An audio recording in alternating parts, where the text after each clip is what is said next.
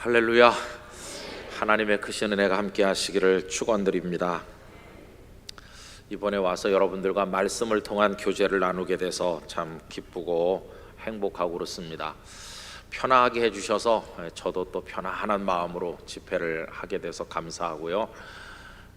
낯설게 느껴지는 게 아니라 아주 친숙하게 느껴져서 감사합니다. 또 여러분들이 말씀을 잘 들어주셔서 너무나 감사하고요. 오늘 저녁에 드린 그 찬양 참 은혜가 되는데, 나중에 끝난 다음에 악보 한 장 복사해 주시면 저희 교회 찬양대 보고 한번 해보라고 하겠습니다. 나중에 악보 하나 카피해 주시면 고맙겠네요. 우리 찬양대원들 고맙고, 이번 집회를 위해서 여러 가지로 수고하신 분들이 많으시죠. 한 주간 특세하신다고 또 애쓰셨고, 또 찬양 준비하신 분들 안내하시고 챙겨주신 많은 분들께 감사를 드립니다.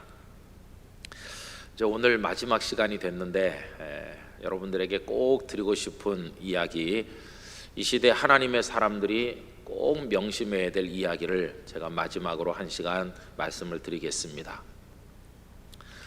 저는 늘 설교를 하다 보니까 설교를 들을 기회가 많지 않기 때문에 가급적이면 설교를 많이 들으려고 노력을 합니다. 그래서 여기 울산에 이제 제가 오고 가는 길에도 자동차랑 또 제가 가진 그 핸드폰이랑 블루투스 연결이 되니까, 그래서 이제 그 유튜브를 통해서 이제 목사님들의 설교를 들으면서 가고 들으면서 오고 그랬습니다. 다른 목사님들은 설교를 어떻게 하시는지 이렇게 듣다 보면 많은 은혜가 되고 영감이 되고, 제가 미처 깨닫지 못했던 것들을 많이 깨닫습니다. 그렇게 설교를 이제 많이 들었는데요, 한 몇 해 전에 서울에서 목회하시는 우리나라에서 상당히 이름이 알려지신 어느 목사님의 설교를 듣게 됐어요. 근데 그 설교 말씀 속에 귀가 번쩍 뜨이는 이야기가 한 토막 있었습니다. 그 내용은 이렇습니다. 그 교회 청년부에 출석하는 한 젊은이가 담임 목사님께 긴 이메일을 보내왔다는 겁니다. 목사님, 저는 청년부에서 신앙생활하는 아무개인데 우리 청년이 많으니까 목사님께서 저를 모르시겠죠. 저는 평소에 목사님을 마음 깊이 존경하고 있습니다. 근데 제게 큰 영적인 문제가 생겨서 저 혼자 아무리 씨름을 해도 해결이 되지 않아 바쁘신 목사님께 메일을 보내는데 제게 답을 좀 주시면 감사하겠습니다. 이렇게 하면서 이제 그 내용이 나오는데, 그 내용이 이런 겁니다. 이 청년이 굉장히 영적 번뇌에 빠졌어요. 왜냐하면 아무리 생각해봐도 자신이 구원받은 사람처럼 여겨지지가 않는다는 겁니다. 내가 이렇게 더러워가지고 이렇게 추한데 내가 어떻게 구원받은 하나님의 사람이라고 말할 수 있나 하는 양심의 가책이 이 젊은이를 아주 예리하게 찔러서 고통을 극심하게 당하고 있다는 겁니다. 이유가 뭐냐? 그 청년들이 많은 교회인데요, 그 청년부 안에서 이렇게 활동을 하다가 어느 자매를 보고 마음이 완전히 빼앗겼어요. 그 자매에게 홀딱 반한 겁니다. 그런데 여러분 아세요? 너무 사랑하면 그 앞에 가면 할 말이 안 나온다는 거 아세요? 그 앞에 갔을 때도 말이 줄줄 나오는 건 아직 덜 사랑해서 그래요. 진짜 좋아하면요, 얼굴이 홍당무가 되면서 할 말을 잊어버리는 겁니다. 그런 경험이 없으십니까? 처음부터 말이 잘 나왔다, 그럼 별로 많이 사랑하지 않은 거예요. 근데 그 자매만 보면요, 그냥 할 말이 도로 쏙 넘어가 버리고 만돼요. 너무 당황하고 얼굴이 빨개지고 그런 청년인 것 같아요. 그 자매를 볼 때마다 가슴이 설레고 저 자매를 어떻게 하면 내가 교제를 해볼까 이렇게 생각을 하는데, 어느 날 이 청년이 꿈을 꾼 거예요. 근데요, 꿈속에서 그 자매를 강제로 범하는 꿈을 꾼 거예요. 그렇게 사랑하고 마음으로부터 아끼고 어떻게 하면 그 자매와 말을 좀 해볼까, 사귀어볼까 이렇게 생각하면서 하나님 앞에 기도도 많이 하고 있는데, 그 자매를 육체적으로 범하는 꿈을 그것도 2번이나 반복해서 꿨다는 거예요. 그리고는 확 자고 깨서는 그냥 자기를 탄식하는 겁니다. 네 속에 얼마나 더럽고 흉측한 그 죄악의 본능이 도사리고 있냐? 그렇게 순결하고 사랑스러운 자매를 아무리 꿈이지만 네가 어떻게 그런 짓을 할 수 있냐? 네 속에는 악마가 도사리고 있다. 넌 구원받은 사람이 아니야. 그래가지고 네가 어떻게 구원받은 사람이겠니? 가슴이 너무너무 괴롭다는 거예요. 그래서 하나님 앞에 가서 막 회개도 해보고 하나님 어떻게 하면 좋아요? 이렇게 울부짖기도 했는데 이게 해답이 안 생기는 겁니다. 그리고 주일날 그 자매를 보니까요, 그냥 쥐구멍이라도 있으면 들어가 버릴 것 같고 그 자매가 모든 걸 알고 있는 듯이 느껴지면서 더 자신감을 잃어버리고 혼선에 빠지게 됐어요. 그래서 번뇌하다가 그 목사님께 메일을 보낸 겁니다. 목사님, 저 구원받은 청년이 맞나요? 이렇게 더러운 게 제 속에 숨어 있는데 이러고도 제가 하나님의 사람인 게 맞나요? 대답을 좀 해주세요. 제가 그 설교를 처음에는 그냥 무심코 들었는데요, 그 이야기를 들으니까 귀가 번쩍하면서요, 야, 이 이야기의 결말이 어떻게 될까 궁금하다. 이래서 이제 그 다음에 귀를 쫑긋 세우고 귀담아 듣게 됐습니다. 그리고 아주 궁금한 거는 그 목사님은 어떤 답을 보낼까, 그게 궁금하더라고요. 저도 목사 입장에서 만약에 우리 교회 청년이 저한테 그런 메일을 보냈다면 나는 뭐라고 대답을 해줄까? 우리 제일교회 성도 여러분, 여러분들이 만약에 그런 신앙 상담을 받으신다면 그 청년에게 어떤 대답을 하실 것 같으십니까? 참 어려울 것 같아요. 아마 대개 이런 대답을 많이 하실는지 몰라요. 너의 용기가 가상하다. 그걸 숨기지 아니하고 아무도 모르는 그 이야기를 털어놓을 수 있는 용기가 가상해. 마음에 들어. 그런데 너의 말대로 너의 그 깊은 속에 음침하고 더러운 뭔가가 들어있는 게 틀림없구나. 그건 사탄이 집어넣어 준 걸 거야. 그런 더러운 게 있는 채로 떳떳한 하나님의 사람이라고 말하기는 어렵겠지. 너 분명히 하나님 앞에 해결을 봐야 될 어떤 영적 어려움이 있는 게 틀림없는 것 같다. 나도 너를 위해 기도할 테니까 포기는 하지 말고 하나님 저를 깨끗하게 만들어 주세요, 이렇게 계속 기도해라. 그냥 그대로 방치하면 안 될 것 같아. 이런 비슷한 이야기를 하지 않을까 하는 생각이 들었어요. 저는 그 목사님께서요, 우리나라에서 상당히 지혜롭고 목회를 잘하시는 목사님으로 알려진 그분이 뭐라고 대답할지가 참 궁금하더라고요. 근데 그 목사님은 어떻게 대답을 하셨을 것 같습니까? 그 목사님 대답이 이랬다는 거예요. 그 청년을 엄청나게 칭찬해 줬다는 거예요. 제가 그 청년을 많이 칭찬했습니다. 저도 처음에 잘 이해가 안 됐어요. 아니, 칭찬을 하다니, 지금 그 청년이 자기 속이 더럽다고 하나님 앞에 몸부림치고 목사님께 메일까지 보내서 상담하는 마당에 칭찬을 하다니, 이건 뭐 앞뒤가 안 맞는다, 그런 생각이 들더라고요. 그런데 그 목사님이 칭찬을 하신 이유를 듣고 나니까 아, 그렇지, 칭찬할 만해, 이렇게 동의가 됐어요. 그럼 그 목사님은 왜 칭찬을 했을까요? 목사님의 대답의 요지는 이겁니다. 요새 자네 같은 청년은 둘도 없을 거야. 자네 같은 젊은이가 우리 교회에 있다고 하는 게 목사인 내게 큰 자부심이 느껴졌고 막 기쁘기가 한이 없네. 왜냐하면 요새 사람들 살아가는 모습을 보게, 요새 사람들이 얼마나 더럽고 쾌락에 자기를 내맡기고 죄 가운데 살면서도 겉으로는 다 깨끗한 척하면서 자기를 위장하잖아.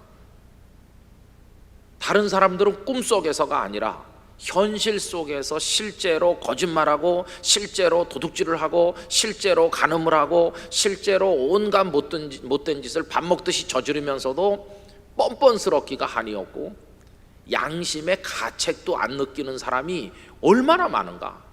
양심이 화인 맞아서 이미 다 죽어버려서 죄가 죄인지도 모르는 사람이 수두룩하게 널려 있습니다. 심지어 교회 안에도 그래. 교인들 중에도 죄가 뭔지도 모르는 사람도 많고, 그리고 부끄러워하지도 않고 양심이 다 죽은 사람들이 예배당 안에도 많아. 그런데 자네는 현실 속에서 그 자매를 범한 것도 아니고 손끝 하나 만진 적도 없으면서 꿈에서 그랬다는 것만 가지고도 내 영혼이 이렇게 더러운가 하면서 양심의 찔림을 받아 고통을 받고 있으니 이건 오히려 기뻐해야 될 일일세. 왜냐하면 자네의 양심은 아직도 하나도 죽지 않고 살아있다는 증거가 아닌가. 자네는 양심이 살아있는 사람이야. 그러니까 그 양심이 지금 자네를 찔러서 고통스럽게 하는 거지. 양심이 죽은 사람들이 가득한 세상에 자네같이 양심이 살아있고 찔림을 받고 괴로워하는 그런 영혼을 가진 사람이 존재한다고 하는 게 너무나 내 마음에 기쁨이, 그런 청년이 우리 교회에 있다는 것이 감사하다고 이렇게 칭찬을 해줬대요. 그리고 자네 영혼이 찔림을 받는 것은 성령께서 지금 찌르고 있는 중이고 절대 자네가 구원을 못 받았다든지 그런 게 아니야. 주께서 자네를 특별히 사랑하시는 증거일세. 악한 죄를 저지르고도 양심의 가책조차 못 느끼는 사람들에 비하면 자네야말로 주님이 기뻐하고 사랑하는 사람인 게 틀림없다고. 간절히 기원하는 것은 자네의 그 선한 양심이 끝까지 살아있게 되기를. 그래서 자그마한 죄 앞에서도 마음이 괴로움을 느끼고 주님 앞에 나와 회개하고 부르짖는 그런 영이 살아있는 청년이 되기를 간절히 바라네. 이렇게 그 목사님께서 답을 보내셨대요.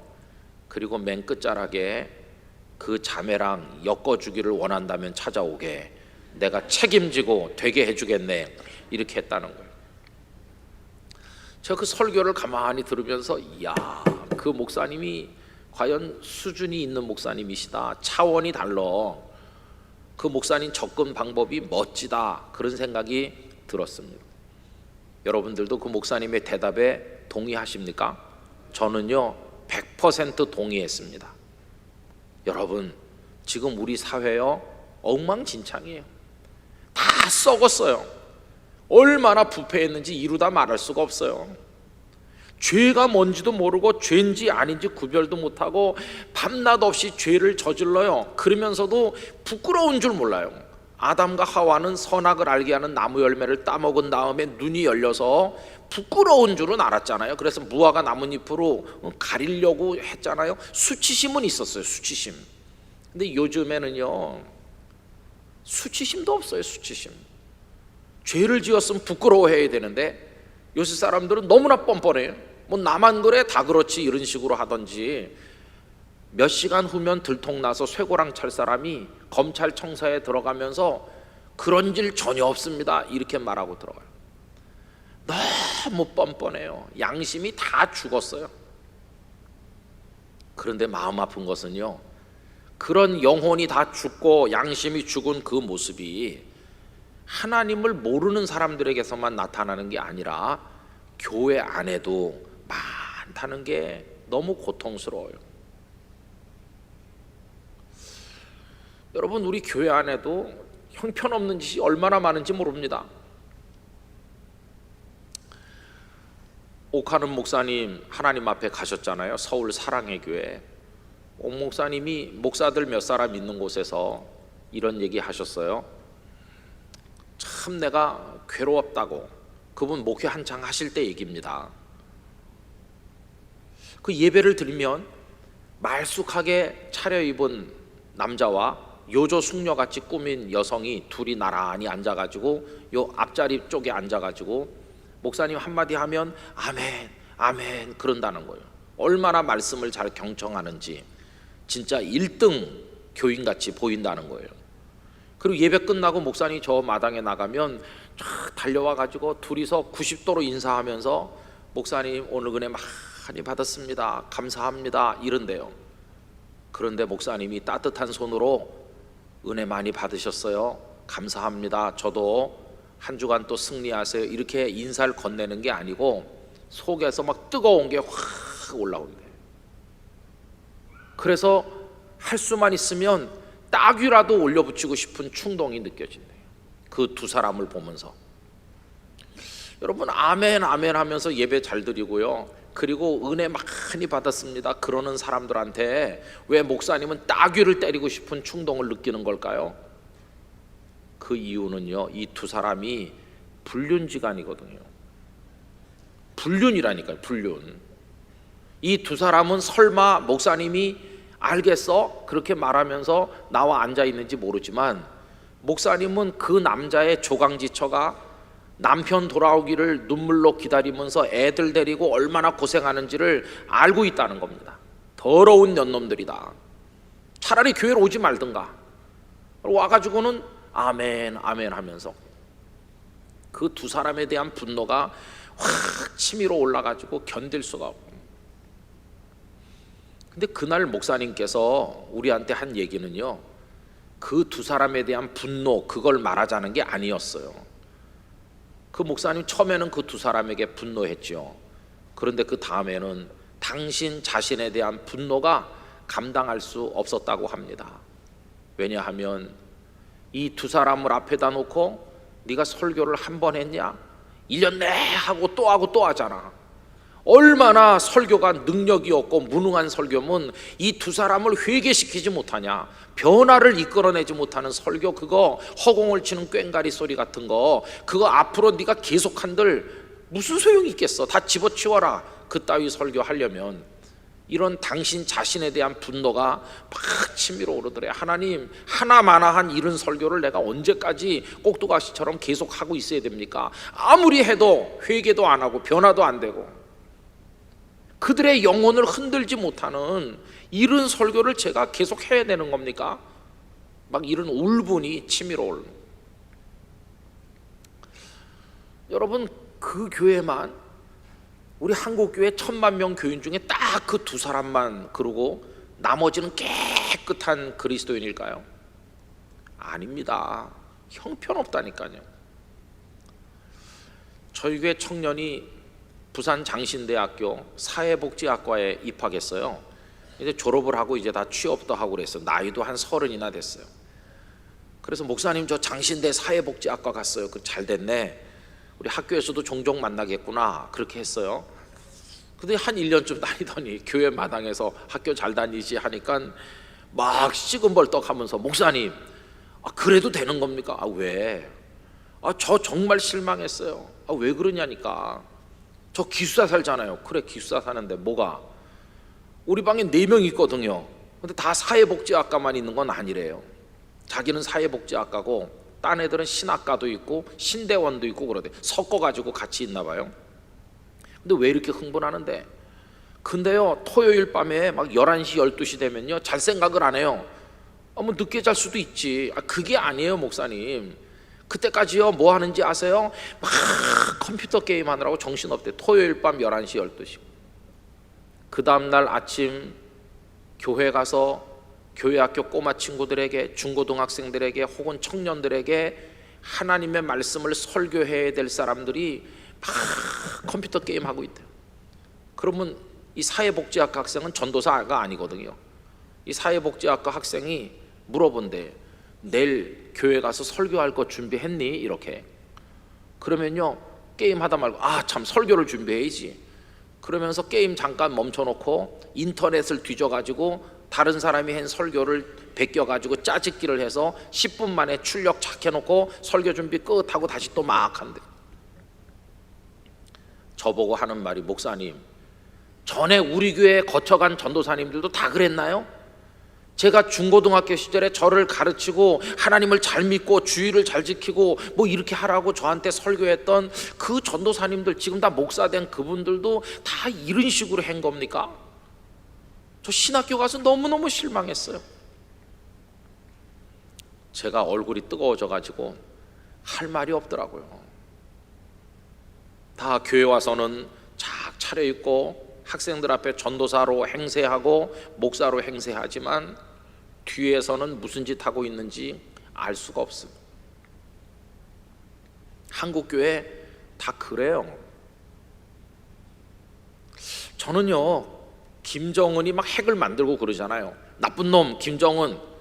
그리고 속으로 막 욕도 하고 우리 그러잖아요. 근데요, 두려워요.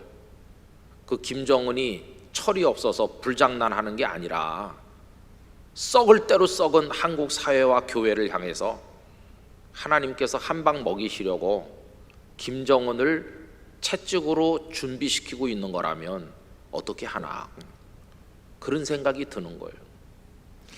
여러분, 우리는 뭐 하나님께서 다 돌봐주실 거라고 그렇게 하지만 우리가 뭐 하나님께 그렇게 돌봐달라고 요구할 만큼 뭐 한 게 있습니까? 솔직히 하나님께서 뭐 때문에 한국교회를 축복해 주셔야 되는데요? 한국교회에 무슨 하나님 빚을 진 게 있으십니까?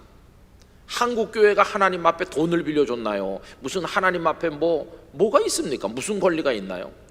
오히려 하나님께서 죄 가운데 구원하시고 엄청난 복의 복을 더 주셔서 세계가 놀라는 교회 부흥과 성장을 주셨고 예배당 다 잘 짓고 좋은 차 타고 다니면서 다 그렇게 호강하게 해주셨더니 그 돈 가지고 못할 짓이나 하고 교권 싸움하고 교회를 쪼개놓고 불쌍한 양떼들의 마음에 대못받고 이렇게 하면서 하나님 앞에 뭘 우리를 지켜달라고 말할 자격이 있습니까?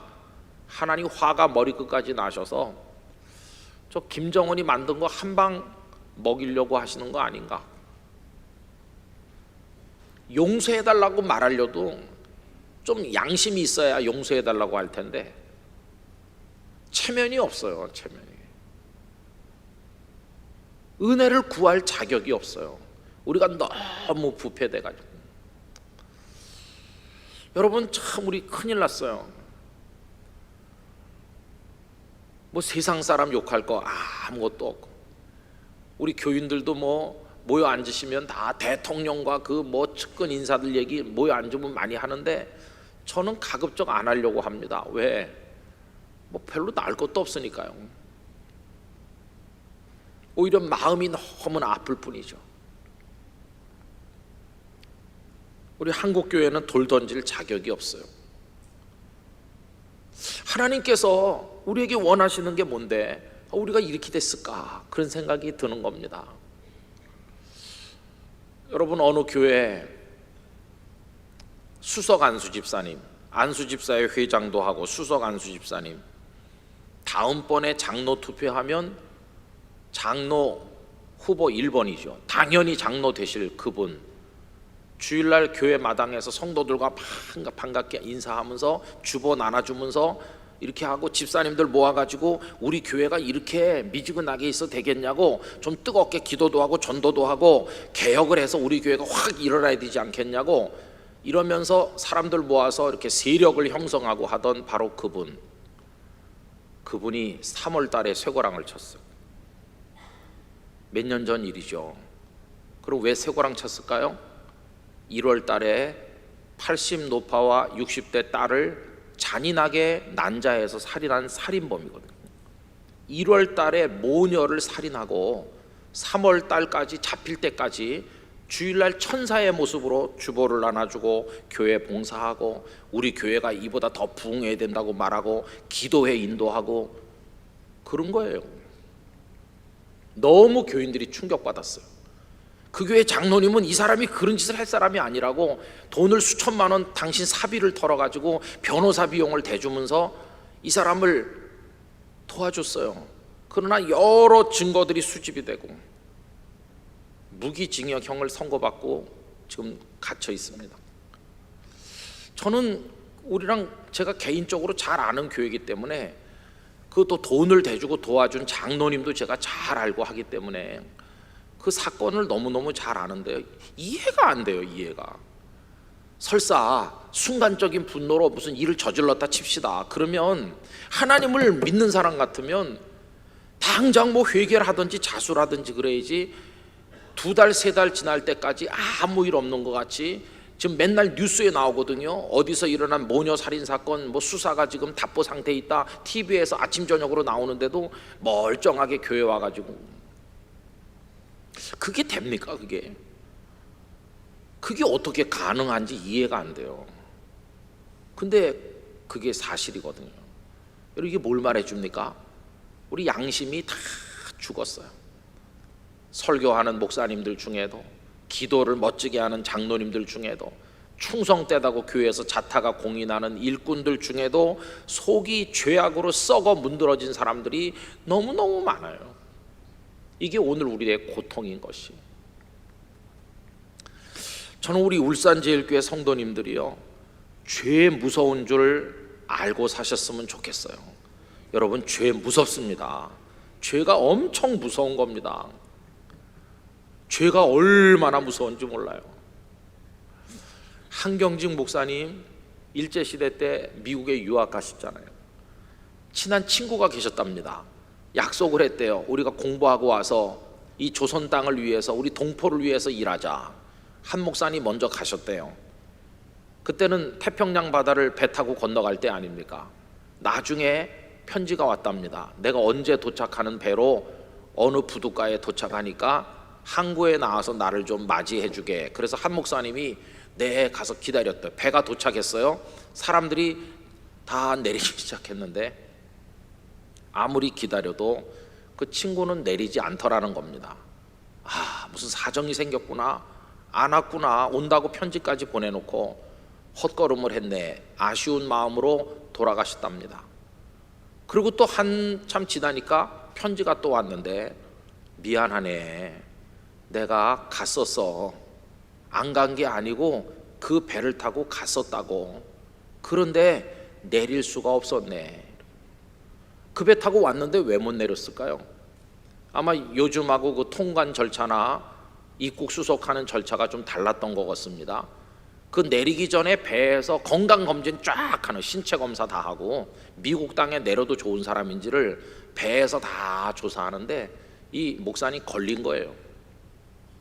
상륙 불가.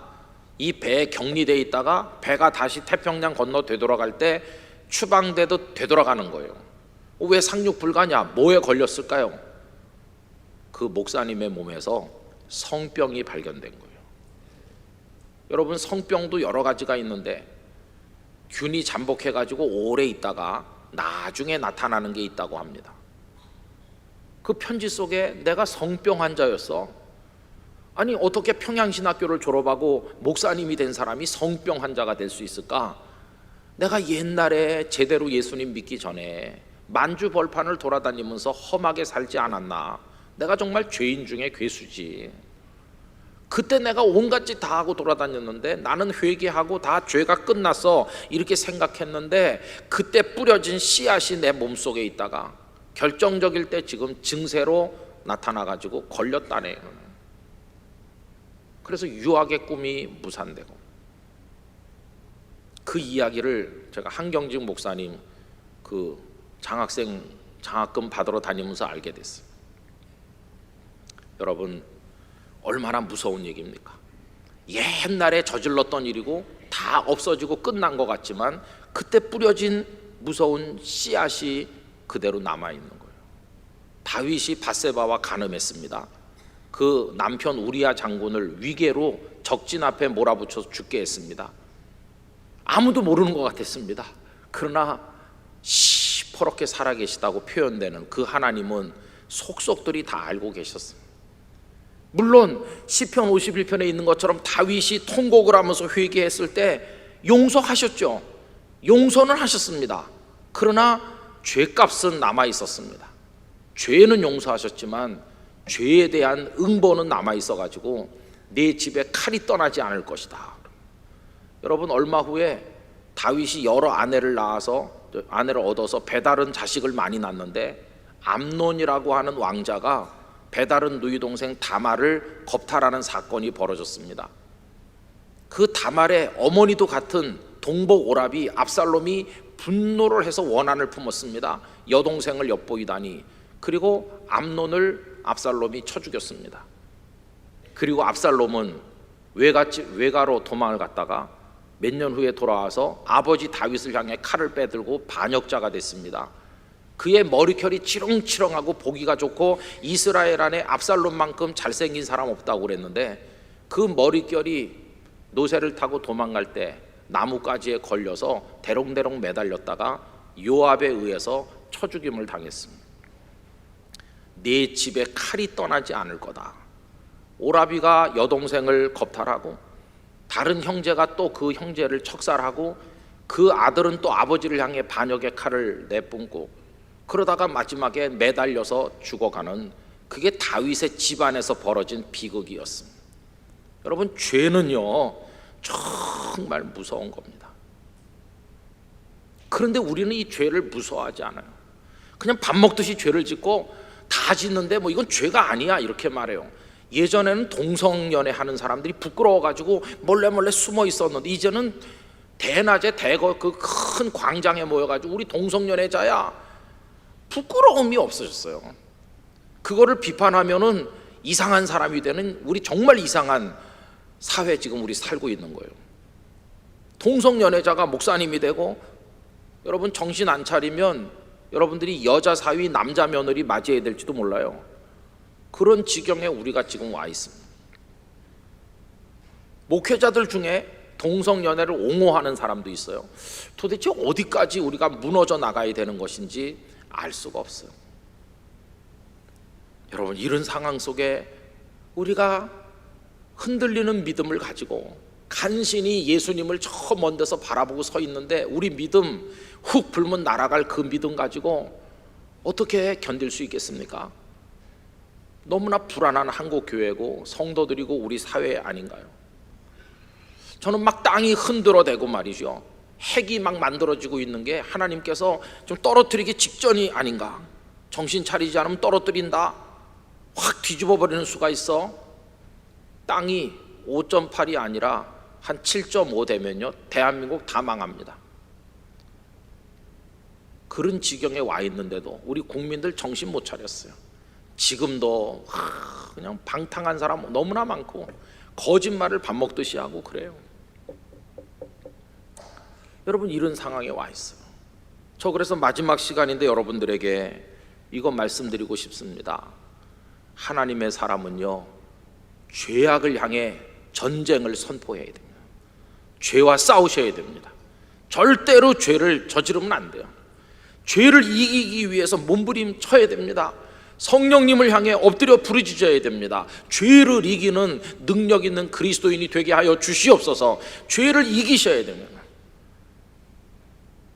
이거 그냥 심상하게 여기면요 큰일 납니다. 너무나 무서운 일이에요. 여러분, 예수님께서 이 세상에 왜 오셨습니까? 예수님보다 6달 먼저 오신 분이 있잖아요. 예수님보다 6달 먼저 오는 분은 세례 요한이시죠. 세례 요한이 세상에 오셔서 외친 첫 번째 메시지가 뭡니까? 첫 번째 메시지, 회개하라, 이거였어요. 회개하라. 그게 첫 번째 메시지예요. 그때 사람들은 회개하라는 말씀에 거꾸러져서 강포하기 이를 데 없는 군인들도 돈밖에 모르는 세리들도 와서 무릎을 꿇고 우리가 어떻게 하면 좋겠습니까 해서 회개의 세례를 받고 인생을 다시 살기로 결단하고 그랬는데, 요즘 사람들은 회개하라 말하는 사람도 없지만 말해도 다 뻔뻔해요. 내가 뭐 그렇게 나쁜 놈이라고, 나보다 더 나쁜 사람 수두룩하다 이렇게. 그런데 여러분, 세례 요한만 회개의 메시지를 선포한 게 아니죠. 우리 예수님도 첫 번 메시지가 회개하라는 거예요. 첫 메시지, 예수님의 하나님의 아드님이신, 사람 몸을 입고 오신 하나님이신 그분이 우리에게 첫 메시지가 회개하라는 거예요. 회개. 그게 첫 메시지였어요. 우리는 예수님의 다른 교훈들을 많이 알고 있습니다. 수고하고 무거운 짐진 자들 다 내게 오라, 뭐 이런 말씀 좋아하고 구하라 그러면 주실 것이요, 이런 거 달달 외우고 뭐 그럽니다만은 진짜 중요한 메시지는 슬쩍 지나가요. 그 첫 메시지가 회개하라인데 그건 못 들은 척해요. 이게 오늘 우리들의 신앙을, 인생을, 이 세상을 병들게 만들고 있어요. 주님의 다른 많은 말씀 당연히 들어야 되지만 첫 번째로 하신 말씀이 회개하라는 것이었어요.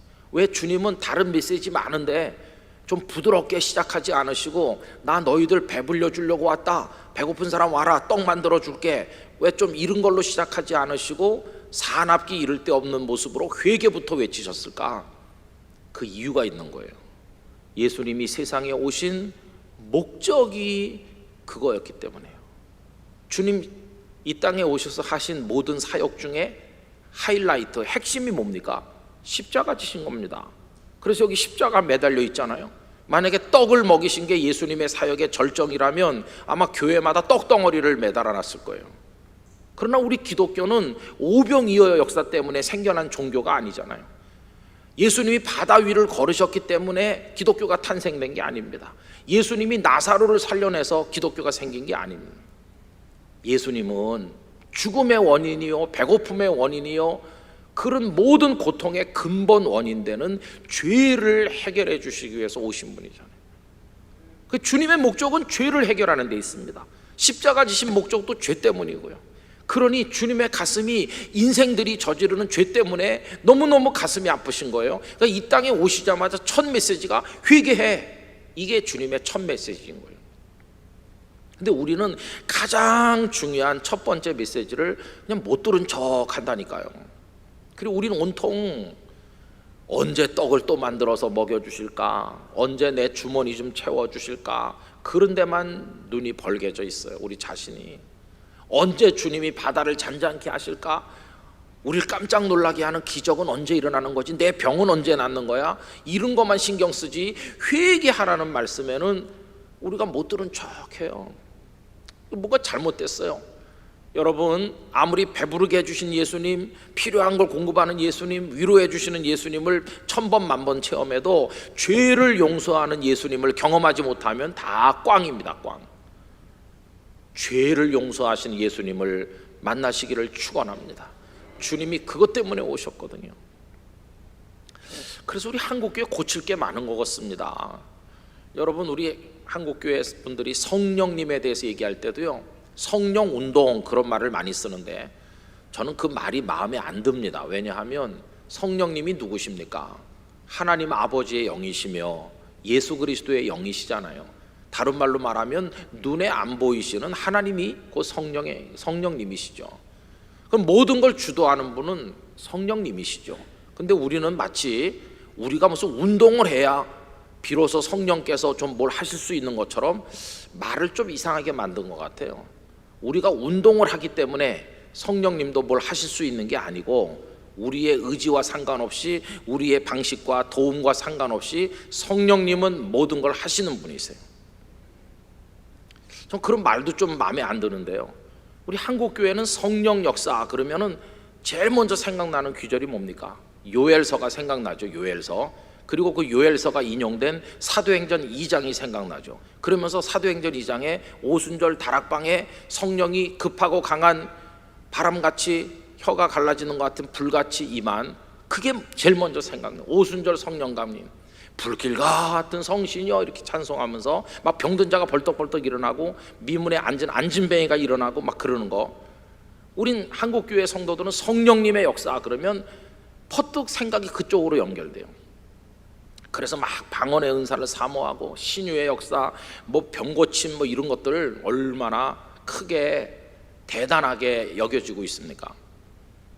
근데 여러분, 그 오순절 성령의 역사가 대단하긴 해요. 그러나 그게 우리를 구원하는 건 아닙니다. 성령의 역사 중에 우리를 구원하는 역사가 어디 나타나 있느냐? 복음서 맨 앞에 나와 있어요. 마태복음에도 나오고 마가복음, 누가복음에 다 나와요. 그게 어느 현장이냐 하면 예수님께서 세례 요한에게 오셔서 세례를 받으시고 요단강에서 올라오시는 사건이 있잖아요. 여러분 잘 아시는 사건이죠. 거기가 사실은 하이라이트입니다. 하이라이트. 거기도 성령님이 등장하십니다.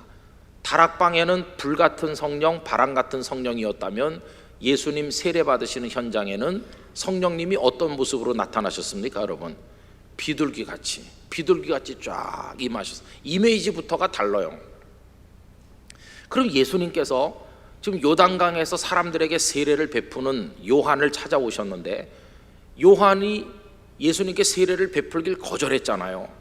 제가 당신께로 가야 되는데 어찌 당신께서 제게로 오십니까? 요한은 그분이 메시아 하나님의 아들이심을 알아봤거든요. 손사래를 치고 안 됩니다, 제가 어떻게, 이렇게 거절했죠. 그런데 예수님은 세례를 베풀라는 거예요. 그래서 하나님의 뜻을 이루라는 거예요. 그러면서 하나님의 아드님이신 그분이 요한에게 세례를 받는 믿을 수 없는 일이 벌어졌어요. 그럼 여러분, 예수님께서 왜 꼭 세례를 받으려고 요한을 강권해 가지고 억지로 세례를 주도록 하셨을까요? 왜 세례를 받으셨을까요? 거기 중요한 이유가 있는 겁니다. 첫째는요, 세례는 누가 받나요? 죄가 하나도 없는 사람은 세례를 받을 필요가 없죠. 세례는 죄를 씻는 표시 아닙니까? 그러니까 세례는 죄가 있다고 느끼는 사람이 받는 거예요. 아, 나는 죄인이야, 내가 세례를 받아서 죄를 씻어야 돼, 이렇게 느끼는 사람. 근데 죄가 있어도요, 자기가 죄인이 아니라고 생각하는 사람은 세례를 안 받으려고 하죠. 내가 뭘 잘못했나 이렇게 생각하니까요. 그러니까 세례를 받는다는 것은 이 죄를 그냥 놔두고는 내가 죽지 안 되지, 해결해야 돼, 이 죄를 반드시 청산해야 돼 하면서 죄 때문에 고통을 받고 있는 사람, 죄책감 때문에 괴로워하는 사람, 꿀바라고 하는 건데 라틴 말로요. 이 꿀바로 인해 가지고 막 영혼이 괴로운 사람이 세례를 받으러 나오는 거예요. 그러니까 예수님께서 세례를 베풀라고 강권하신다는 것은 예수님 영혼 속에 죄책감이 확 있다는 거예요. 이 죄는 그냥 놔두면 안 된다, 반드시 해결해야 된다, 이게 예수님 가슴 속에 있는 거예요. 근데 좀 이상하죠. 죄 있는 사람이 죄책감을 느끼는 게 맞죠. 죄 없는 사람은 죄책감을 느낄 필요가 없잖아요. 근데 예수님은 죄가 없으시잖아요. 죄 없으신 예수님이 왜 죄책감을 느끼시는 걸까? 이상한 얘기네, 우리 이렇게 생각하는데, 예수님이 죄 때문에 괴로워하는 건 예수님 당신께서 저지른 죄 때문이 아니에요. 그분은 죄가 없으신 분이에요. 그런데 왜 죄책감을 느끼시나? 왜 죄를 해결해야 된다고 생각하시는가? 주님이 괴로워하는 죄는요, 주님이 저지른 죄 때문이 아니고 제가 저지르고 여러분이 저질렀고 세상 인류가 저지른 그 죄를 그분이 대신 짊어지셨기 때문이에요. 뭐라고 그분을 소개했습니까? 보라, 세상 죄를 지고 가는 하나님의 어린 양이로다. 주님은 당신의 죄가 아닌 우리의 죄를 짊어지신 거예요. 그리고 이 죄는 반드시 해결돼야 된다, 이거 그냥 놔두면 안 된다 하는 죄책감을 지금 주님은 표현하시는 거예요. 여러분, 그 당시 세례는 물속에 쏙 들어가는 침례입니다. 침례. 요단강 물속에 머리까지 쏙 들어가는 거죠. 여러분, 사람이 물속에 들어가면 어떻게 될까요? 죽지요, 그죠? 거기 죽음이 있는 거예요. 죽음. 뭐가 죽는 겁니까? 죄를 지은 옛사람, 과거의 나, 부끄럽게 살았던 썩은 영혼, 그게 다 죽어 없어지는 거예요. 과거의 나는 죽었다. 조금 있다 물 밖으로 다시 나오죠. 이거는 새로운 나, 새 사람, 이제는 그리스도 안에서 새로운 피조물이라고 그랬는데 새 사람이 돼서 나오는 거예요. 옛사람은 죽고 의와 진리의 거룩함으로 지으심을 받은 새 사람이 쑥 나오는 거예요. 여러분, 옛사람이 죽고 새 사람이 나오는 걸 뭐라고 말합니까? 거듭남, 중생, 이렇게 표현하죠. 그래서 거듭나고 중생되면 그 사람이 신분이 바뀝니다. 어떻게 바뀝니까? 하나님의 아들과 딸로 바뀌게 됩니다. 할렐루야. 이게 그 세례 현장에 다 있어요. 예수님 세례 받으신 현장에 죄책감이 있죠. 이 죄는 해결돼야 돼. 두 번째로는 물속에 들어가니까 옛사람은 죽고 다시 물속에서 나오니까 새 사람으로 거듭나죠. 그러면서 예수님이 세례 받고 올라올 때 하늘에서 음성이 들립니다. 어떤 음성입니까? 이는 내 사랑하는 아들이요, 하나님의 자녀임이 선포되는 거예요. 그럴 때 성령께서 비둘기같이 쫙 임하셨어요. 그러니까 다락방의 성령은 불같은 성령이고 바람같은 성령이지만 여기 세례 현장의 성령님은 비둘기 같은 성령이시면서 그 자리가 어떤 자리입니까? 죄책감이 있고 죄가 씻겨지고 새 사람으로 거듭나는 역사가 있고 하나님의 자녀로 인정되는 역사가 있는 바로 거기 비둘기 같은 성령이 임하셨어요. 그래서 여러분, 이 비둘기 같은 성령께서 임하신 그 예수님 세례 받으신 현장에 나타난 그 모든 것을요 하나로 다 묶어가지고 우리가 많이 쓰는 단어로 말하면 거기 은혜의 현장이에요. 은혜가 뭡니까? 우리의 죄를 깨닫고 죄를 회개하고 죄가 용서받고 중생하여 옛사람은 죽고 새사람으로 거듭나니 하나님께서 나같이 형편없는 자를 향해 너 내 아들이야 내 딸이야 인정해 주시는 거, 그게 은혜 아니겠어요? 그러면 이 다락방에 불같이 바람같이 임한 사도행전 2장에 그건 뭐냐? 그거는 은혜가 아니고요, 은사입니다. 은사. 방언의 은사, 병고침의 은사, 말씀 전하는 은사, 은사입니다.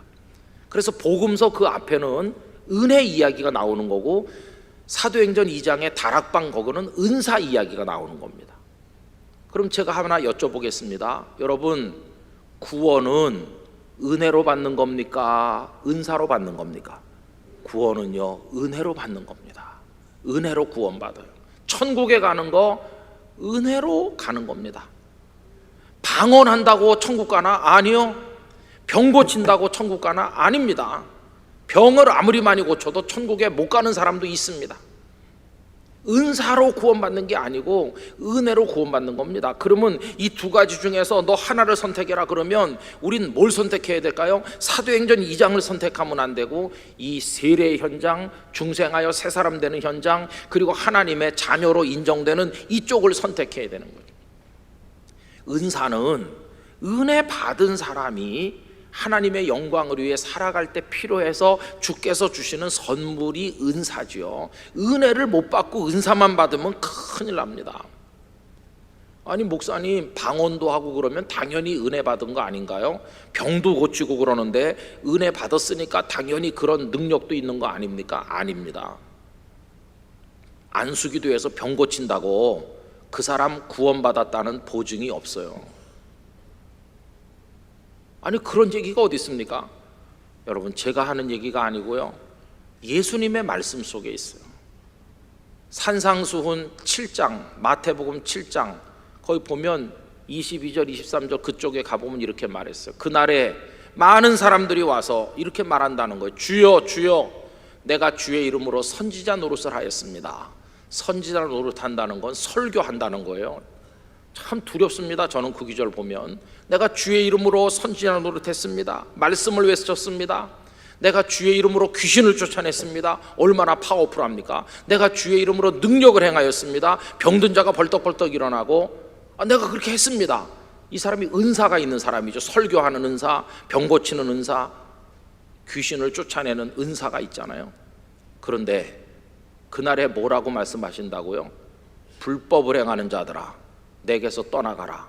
나는 너희를 도무지 알지 못한다. 정말 충격적이에요. 그래서 여러분, 뭐 방언 많이 하느니, 병 고치는 능력 있느니 이런 거 떠들어봤자 아무 소용없어요. 정말 중요하고 또 중요한 거, 내 죄 씻김 받고 하나님의 아들로 인정받아 구원받는 사람 되는 게 최고의 복인 줄로 믿습니다. 그게 핵심인 것이 핵심.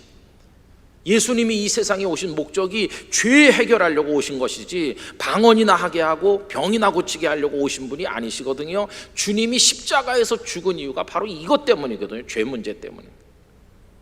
그런데 우리는요, 죄 이야기는 그냥 다 그대로 묻어놔요. 그냥 다 그대로 놔두고 막 방언 받기 위해 기도합시다. 뭐가 잘못됐어요, 그죠? 오늘 왜 한국 교회가 이 모양이 됐을까? 방언한다고 하는 그 입으로 아직 한 번도 진정한 회개를 해보지 않았으니까요. 아직도 자기 죄를 고백하지 않은 사람이 병 고친다고 안수기도 하고 그러니까 뭔가 잘못된 겁니다. 아니 그런 사람이 기도해도 병이 낫습니까? 그럼요. 하나님께서 기도하는 사람이 대단해서 병을 낫게 해주는 게 아니라 그 아픈 사람이 불쌍해서 때로는 병이 낫게도 해주시는 거예요. 그리고 우리는 환각작용에 의해서 기도해 준 사람이 능력 있나 보다 하고 착각을 하죠. 그건 착시에 불과합니다. 그건 하나님께서 불쌍히 여겨 당신의 사랑과 능력을 베푸시는 것뿐이지 그 이상도 이하도 아무것도 아닌 것이. 천국 문 앞에 갔을 때 몇 사람 병을 고쳤냐? 너 방언 좀 해봤냐? 이런 건 하나도 중요하지 않아요. 너 죄 씻음 받았냐? 보혈의 능력을 체험했냐? 너 중생했냐? 너 내 아들로 인정받은 거 알고 살았냐? 이런 게 핵심이지. 그 나머지는 아무것도 아니에요. 그래서 여러분, 우리는 무엇이 중요한지 알아야 되는데, 여러분, 죄, 이건 무서운 겁니다. 죄. 그래서 우리는 어떻게 살아야 될까요? 하나님의 사람 어떻게 사느냐? 그 마지막 5번째 대답은요, 죄를 이기면서 살아야 됩니다. 죄를 극복해야 됩니다. 결국 어떻게 살자는 얘기일까요? 거룩한 성도가 되시기를 축원합니다. 거룩한 그리스도인이 되셔야 됩니다. 다른 말로 바꿔 말하면 성결하셔야 됩니다. 2014년 1월 1일 0시 자정 예배 때부터 저희 교회는 마가복음 강해를 시작했습니다. 그 0시 예배 때 마가복음 1장 1절 하나님의 아들 예수 그리스도 복음의 시작이라, 요 1절로 설교를 하고 첫 주일부터 2절 이하로 쭉 시작했어요. 2년 6개월 걸려서 마가복음을 끝냈습니다. 그런데 2월에서 3월쯤 되는 어느 날 예수님께서 제자들을 부르시는 사람 낚는 어부 되게 해주겠다고 그 대목에 이제 차례가 됐습니다. 수요일쯤 됐을 때 이미 설교 뼈대는 다 만들고 이렇게 하고 있는 중인데 갑자기 성령께서 제 마음속에 이번 주에 그거 하지 말아라. 하나님 차례차례 하는데요, 제가 그 마가복음 강해를요, 추수감사절 때도 그걸로 하고 성탄절 때도 그걸로 하고 계속 그걸로 했거든요. 단 한 주도 안 물리고. 그런데 그 2월 달에는 그걸로 하지 말라는 감동이 자꾸 오는 거예요. 그럼 뭘로 할까요, 하나님? 제 마음속에 요새 네가 아주 심각하게 생각하는 그 주제를 해라. 그 당시 제가 가장 심각하게 생각했던 게 교회의 성결이었거든요. 교회가 거룩해야 된다. 교회가 거룩해야지. 성도들이 거룩해야지. 그래서 그 주에 본문을 바꿨습니다. 그때 하나님께서 제 마음에 떠오르게 하신 본문이 오늘 여호수아 3장 1절에서 5절까지 아까 목사님 읽어주신 오늘의 본문 말씀이죠. 여러분, 이 말씀은 모세 후계자인 그 여호수아께서 백성들을 인솔해서 요단강을 이제 막 건너려고 하는 대목입니다. 수백 년 동안 아브라함부터 기다려왔던, 꿈에도 그리던 가나안 땅이 강 저쪽에 지금 보이는 거예요. 저게 가나안 땅이로구나. 다 백성들의 가슴이 흥분지경이 됐어요. 얼마나 그리웠던 가나안 땅일까요? 생각 같으면 빨리 물속에 뛰어들어서 요단강을 건너가지고 가나안으로 들어가고 싶은데, 그들이 도착했을 때는 1년 중에 물이 제일 많을 때입니다. 여러분, 평소에 가나안은요 그냥 개울물 같아요. 어떤 데는 좁아가지고 한 허벅지 무릎만 차면 건널 수 있어요. 그런데 이들이 도착했을 때는 1년 중에 강물이 제일 많아가지고 막 뚝이 넘치는 때처럼 막 큰 바다같이 됐을 때, 그때 도착한 겁니다. 이 수백만의 사람을 데리고 못 건너죠. 그거는 못 건너는 겁니다. 그럼 하나님께서 그 강을 어떤 방법으로 건네셨습니까? 모세 당시에는 홍해를 갈라 길을 내시더니 이때는요 요단강 물이 흘러내려오지 않고 멈춰 서게 해가지고 그들을 건네주셨어요. 거의 비슷한 자연을 통해서 하나님의 능력을 보여주셨죠. 그럼 왜 그걸 또 보여주셨을까요? 모세 때 홍해를 건넜던 사람들은 광야에서 정탐꾼 갔다 온 다음에 하나님을 원망하다가 40년 광야 배회하는 동안에 다 죽었어요.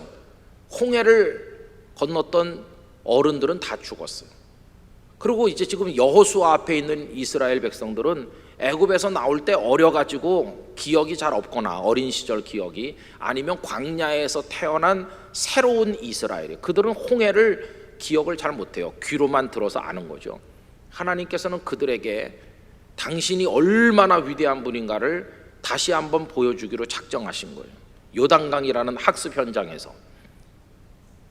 그런데 하나님께서 그들에게 그 놀라운 능력을 행하셔서 요단강을 마른 땅같이 건너도록 기적을 행하실 건데 조건을 하나 다루셨어요. 조건. 그것만 건너면 꿈에도 그리던 축복의 가나안 땅으로 들어가는 겁니다. 너희들 강을 건너면 가나안이다. 축복의 땅, 젖과 꿀이 흐르는 땅을 발로 밟게 된다. 그런데 조건이 있어. 그 조건이 뭡니까? 그게 오늘 본문 5절입니다. 5절. 여러분 5절을 우리 소리내서 다 같이 한번 읽어보십시다. 여호수아가 또 백성에게 이르되 너희는 자신을 성결하게 하라. 여호와께서 내일 너희 가운데 기이한 일들을 행하시리라. 할렐루야. 여기 기이한 일이 뭡니까? 기적을 행하신다는 거예요. 기적. 너희들은 상상도 못할 하나님만 하실 수 있는 기적을 내일 행하시는데, 그 기적으로 요단강을 너희들이 건널 건데 기적을 보길 원하느냐? 그러면 준비해. 무슨 준비? 딱 하나를 요구하셨는데 뭘 요구하셨죠? 성결하게 하라. 여러분 이거 너무너무 중요한 메시지입니다. 너 거룩해라. 거룩하면 네가 그렇게 얻고 싶은 가나안 땅 그냥 얻게 해주겠다. 여러분 거룩하면 하나님의 복이 임하게 돼 있어요. 거룩하면 승리합니다. 거룩하면요 요단강 내 힘으로 못 건너지만 하나님의 능력이 나를 도와서 요단강을 그냥 건너게 해줍니다. 하나님의 능력을 내 능력 만드는 비결이 뭐냐 하면 거룩해지는 거예요.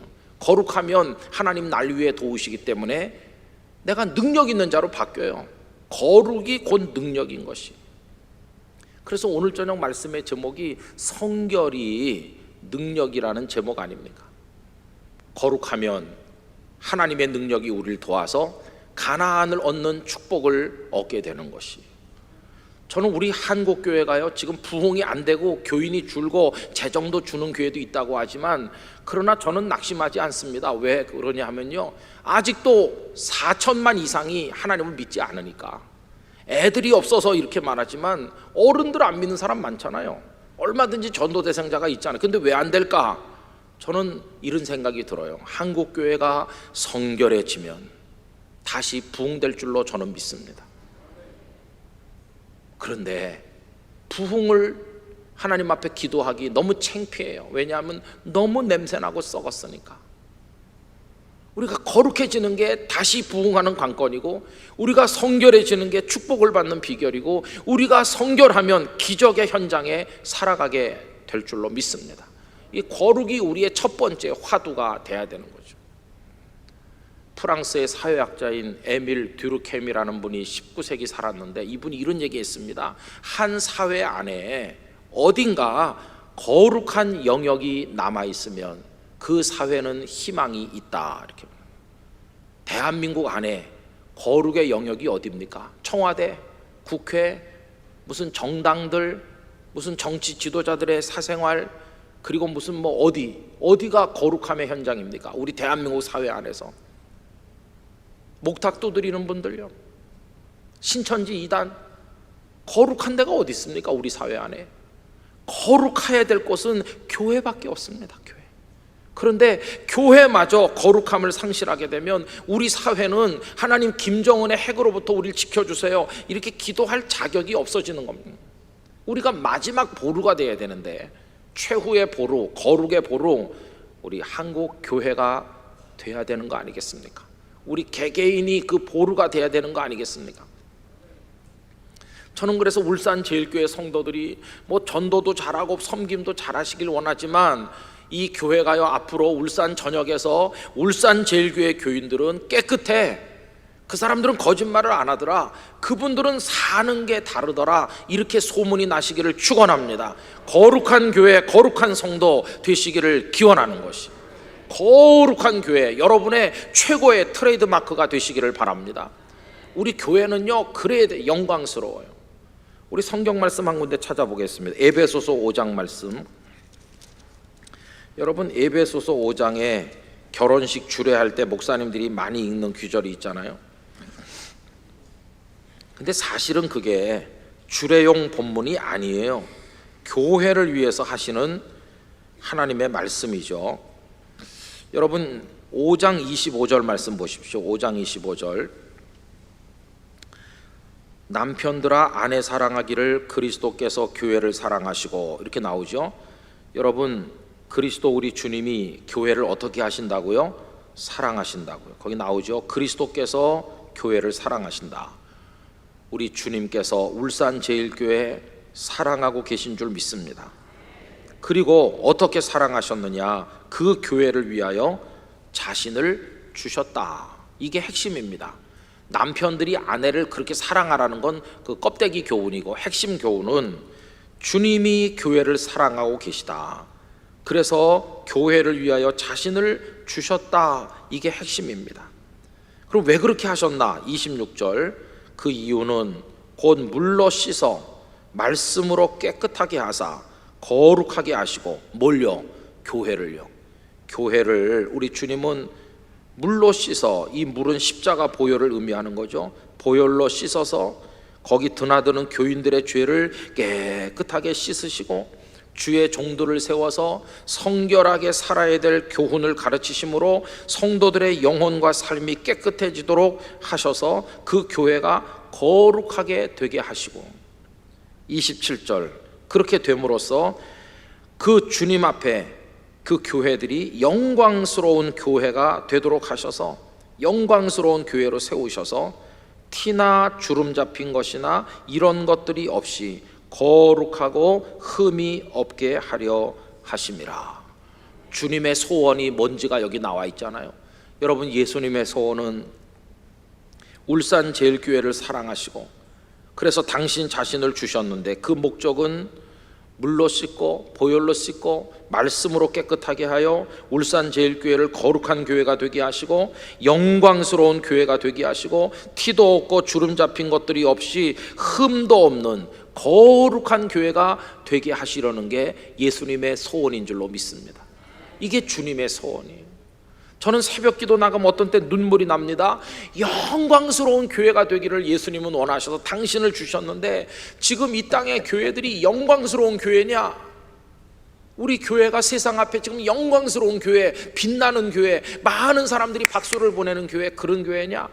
아닙니다. 막 세상 사람들이 교회를요 얼마나 욕하는지 몰라요. 영광스럽기는커녕 쥐구멍이라도 있으면 들어가고 싶어요. 너무너무 수치스러운 교회로. 참 우리 교회들이 왜 이렇게 됐을까?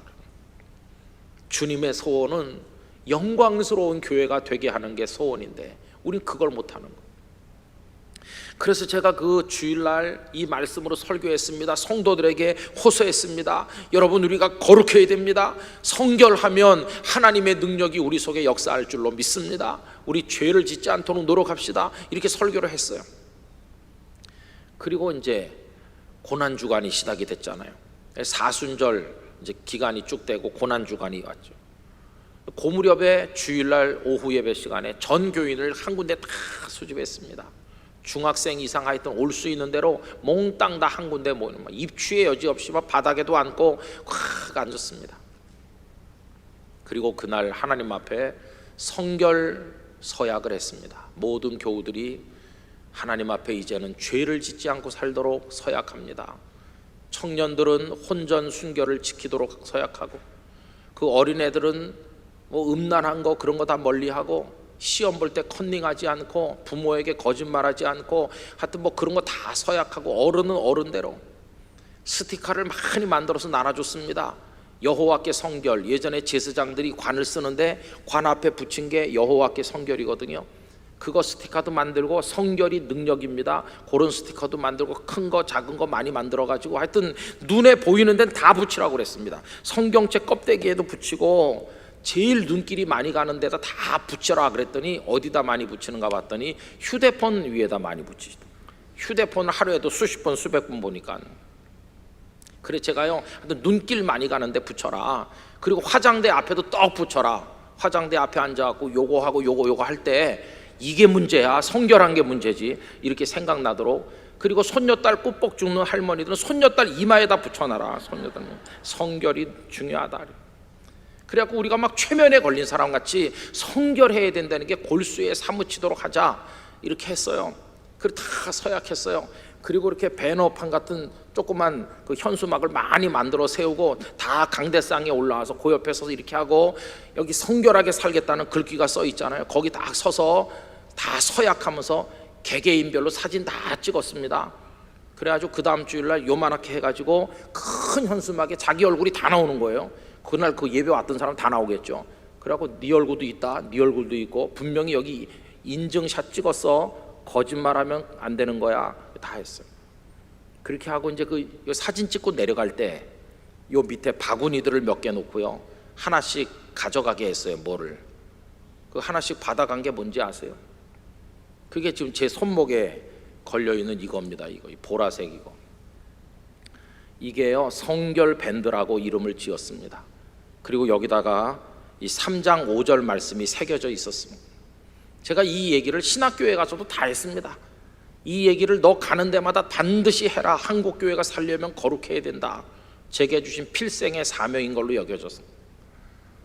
그래갖고 요걸 이제 성경 말씀을 다 새겼는데 너무 오래 끼다 보니까 다 달아가지고 글자는 한 개도 없습니다. 그리고 이게 뭐냐? 여기 끼고 있잖아요. 이렇게 살다가 제가 어떤 집사님하고 막 언쟁을 해가지고 그 집사님을 속으로 미워했다. 내가 또 죄를 이기지 못하고 죄를 졌구나. 하나님 저의 죄를 용서해 주세요. 제가 오늘도 범죄했습니다.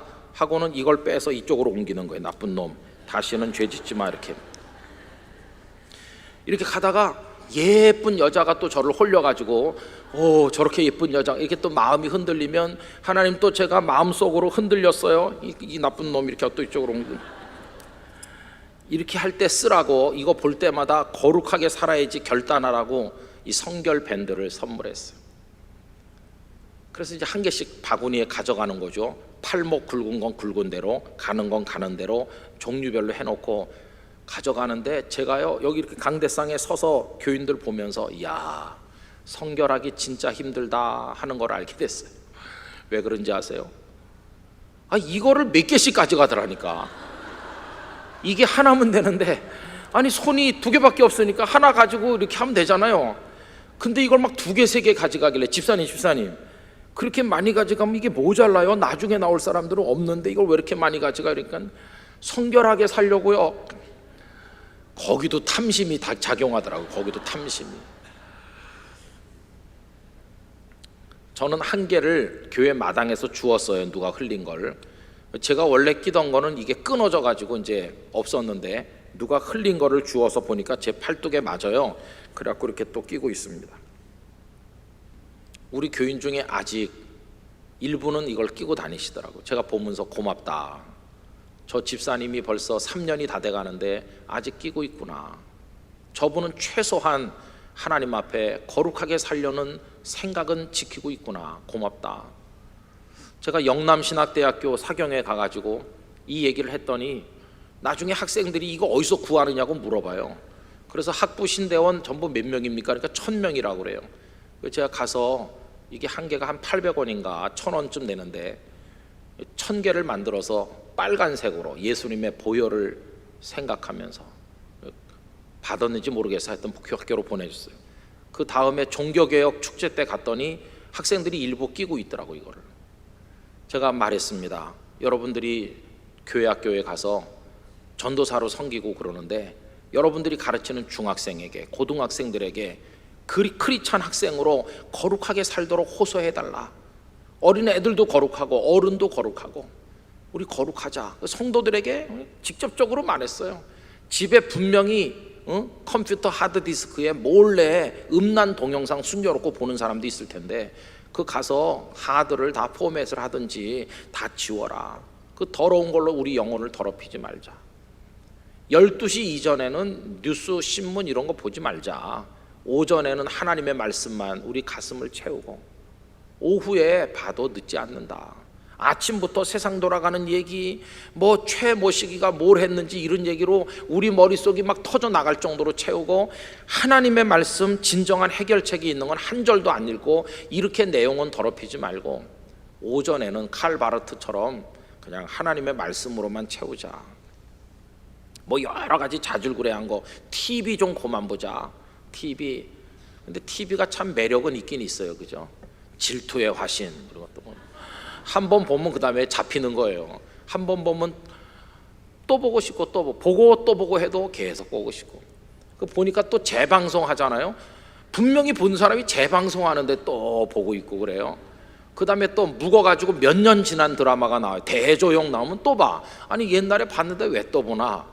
그 속에 마약 같은 게 있어요. 거기 나를 팔아먹을 수 없죠. 내 값진 인생을 거기다 팔아먹는 건 시간도 아깝고 나라는 존재가 너무 아까운 거예요. 나 하나밖에 없는 내 생명, 하나님 날 얼마나 사랑하는데 그런 드라마에다 나를 팔아넘기는 건 너무나 이게 좀 그렇잖아요. 인터넷 서핑도 꼭 필요한 정보만 얻었으면 얼른 끄자. 그 인터넷의 바닷속에 들어가가지고 5만 사람 블로그 그거 다 읽고 이 블로그 따다가 저쪽에다 옮기고 도배하듯이 그렇게 바르고 뭐 온갖 페이스북 다 보고 말이지. 카톡방도 좀 조금 하자. 옛날에 그런 거 안 해도 멀쩡하게 잘 살았는데 우리 쓸데없는데 너무 많이 우리 영혼이 오염되고 있지 않나, 뭐 그런 얘기도 하고요. 그래서 우리 교우들에게 거룩하게 살자고 호소했습니다. 여러분, 우리가 뭐 나라를 바꾸겠습니까? 우리가 뭘 하겠습니까? 저는요, 제가 대단한 목사가 될 줄로 착각했던 사람입니다. 제가 요만했을 때부터 사람들이 야 운성아, 넌 어쩜 생긴 것도 목사같이 생겼냐, 넌 목사 되라 목사 되라 그러셨어요.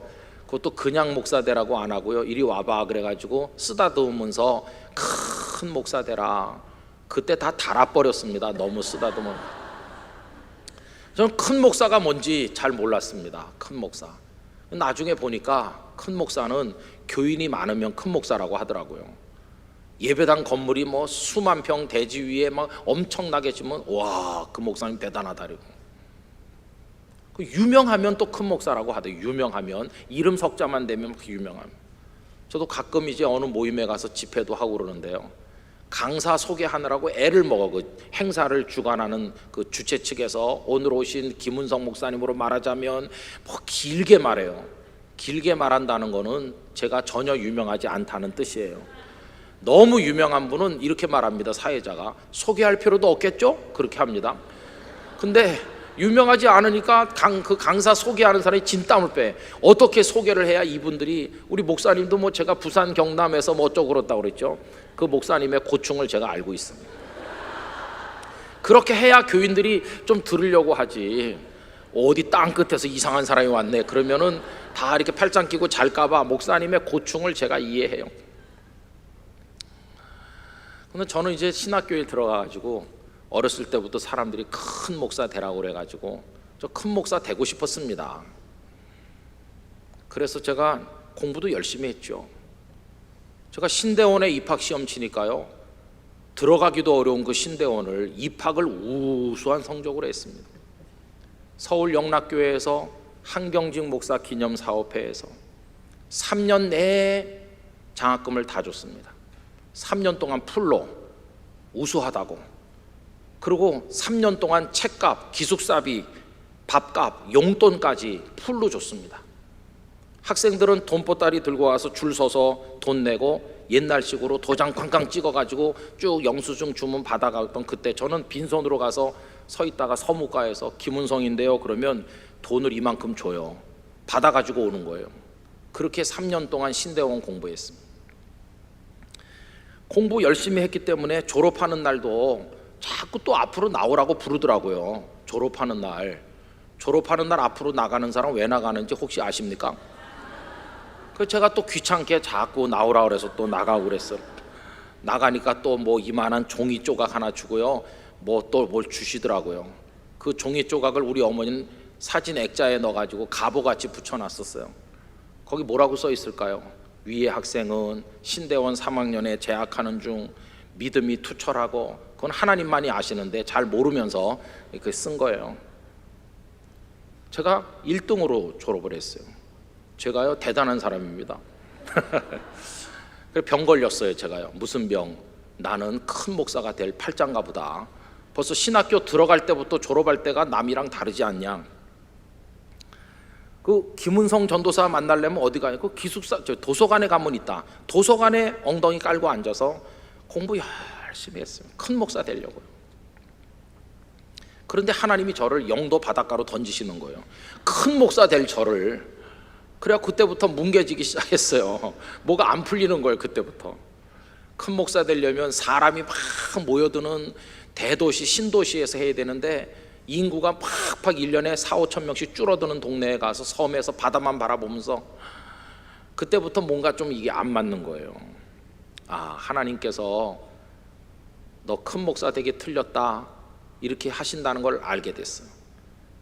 틀렸을 뿐만 아니라 그 다음에 철이 좀 더 든 다음에 나는 네가 큰 목사 되는 거 그런 거 원하지 않는다.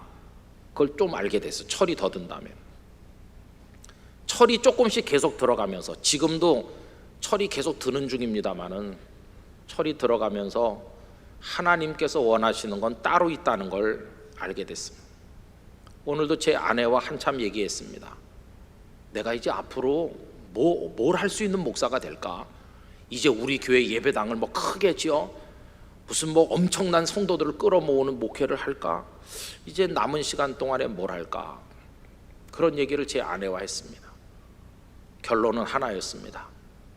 큰 목사 되기도 틀렸고, 하나님도 원하지도 않으시고, 그게 하나님이 기다리는 것도 아니고, 나 이제 하나 알았다고. 뭔데요? 이렇게 물어보더라고요. 나 하나님 앞에서 잘 못하고 부끄럽지만 진실한 목사 되고 싶다. 진실한 목사 되고 싶고, 그리고 내가 설교 한 편을 해도 그냥 말하는 사람 즐겁고 듣는 사람 즐거운 설교하지 말고, 그 속에 하나님의 마음이 담겨 있는 설교를 하다가 가고 싶고, 그리고 내가 하나님 앞에서 거룩해지고 싶어. 그런 얘기를 오늘도 아내에게 했어요. 아마도 세월이 더 가면 갈수록 언제까지 하나님께서 하게 하실지 모르겠지만, 그렇게 되고 싶은 저의 소원이 더 뚜렷해지고 더 진해지고 더 많아질 것이라고 생각이 됩니다. 그래서 맨 마지막에 은퇴할 때쯤 되면 한 편의 설교를 해도 영혼에서 우러난 하나님의 마음이 담긴 설교 한 편을 할 수 있고, 거짓 없는 사람으로 거룩하게 살다가 갈 수만 있다면, 무슨 대단한 목회를 한 건 아니지만은 그냥 아무것도 아닌 목사처럼 보이지만은 최소한 하나님 앞에 뭐 상은 받지 못해도 부끄러움은 당하지 않으리라. 하나님의 보좌 앞에 섰을 때 그런 생각을 가지게 됐습니다. 아마 앞으로 그런 기도 제목으로 많이 기도하게 될 것이라고 생각을 하고 있습니다. 사랑하는 성도 여러분, 우리가 뭐 밤을 새서 통성기도를 한들 세상을 바꾸겠습니까?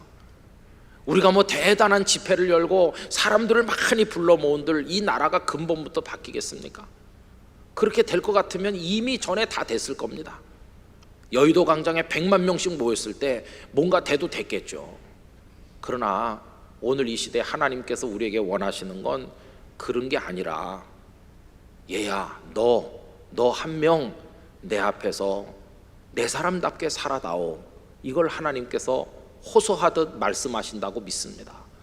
그러니까 오늘 내가 하나님의 사람은 어떻게 사는가 할 때 그분이 원하는 대로, 그분이 원하는 건 말씀에 있으니까 말씀대로 그분이 기뻐하실 삶을 오늘 내 환경에서, 내가 가난하든지 부하든지 사람들이 나를 뭐 알아주든 안 알아주든 이런 인간적인 조건은 다 이제는 다 없애버리고 그분 앞에 선 나를 생각하면서 하나님의 사람으로 양심적으로 엎드려 기도하며 말 한마디를 해도 진지하게 하고 거짓 없이 하고, 모르는 건 모른다고, 못한 건 못했다고, 내가 저지른 건 내가 저질렀다고, 이해할 건 이해하고 아니요할 건 아니요 하면서 나의 연약함을 도우시는 하나님 앞에 눈물로 호소하면서 그렇게 살다 가면 그걸로 충분하지 않겠습니까?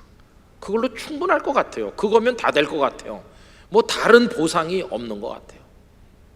적어도 하나님의 보좌 앞에 섰을 때 이 나쁜 놈, 너 저 지옥에 떨어져라, 이런 소리만 듣지 않아도 얼마나 감사할까, 그런 생각을 할 때가 많이 있습니다. 여러분들은 둘도 없는 하나님의 사람이십니다. 여러분과 똑같은 하나님의 사람은 지구촌 70억 인구 중에 어디에도 없습니다. 우린 유일한 한 사람으로 이 자리에 있는 것입니다.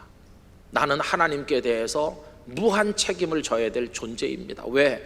무한한 사랑을 이미 받았기 때문입니다. 그런 내가 하나님 앞에 어떻게 할까? 뭐 조금 사업이 어렵다고, 뭐 돈이 좀 안 벌린다고, 애들이 속 썩인다고, 뭐 누구랑 싸웠다고 막 내팽개치고 나 예수 안 믿어, 이런 시시한 상태에서 다 벗어나야 됩니다. 누가 보기 때문에 헌금을 드리고 충성하고 이런 모습도 다 버려야 됩니다. 내 하나님이 알아주시면 그걸로 충분해요. 하나님 인정하시면 그걸로 기뻐요. 난 그저 하나님 앞에 섰을 뿐입니다. 하나님 절 불쌍히 여겨주세요. 그렇게 하면서 그 하나님을 높이는 거예요. 여러분, 그게 왕이신 우리 하나님을 높이는 하나님의 사람의 삶이 아니겠습니까? 왕이신 나의 하나님, 내가 주를 높이고 영원히 주의 이름을 송축하리이다.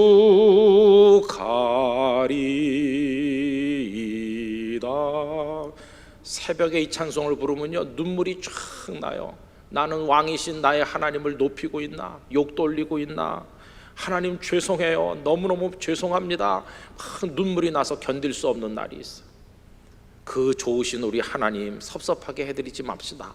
뭐 대단한 일은 못하지만, 이 나라를 개혁하고 그런 일 우리 못하지만, 한국교회를 밑바닥부터 변화시키는 일 그런 거 못하지만, 나 한 사람이라도 하나님의 사람답게 우리 살도록 노력합시다. 저는 믿습니다. 우리 한 사람이 그렇게 거룩해지면요, 울산제일교회가 통째로 거룩해질 줄로 믿습니다. 너희들이 성결하니 내가 요단강을 건너게 해주마. 할렐루야. 그렇게 할 때 적과 꿀이 흐르는 축복의 땅이 여러분들의 것이 될 것입니다. 놀라운 부흥의 땅에 들어가게 될 것이고, 하나님의 위대하심이 선포되는 그 기쁨을 얻게 될 줄로 믿습니다. 여러분, 우리 한번 결심하고 그런 하나님의 사람으로 죄와 싸워 이기며 놀라운 하나님의 역사를 체험하는 여러분들이 되시기를 우리 예수님의 이름으로 축원합니다.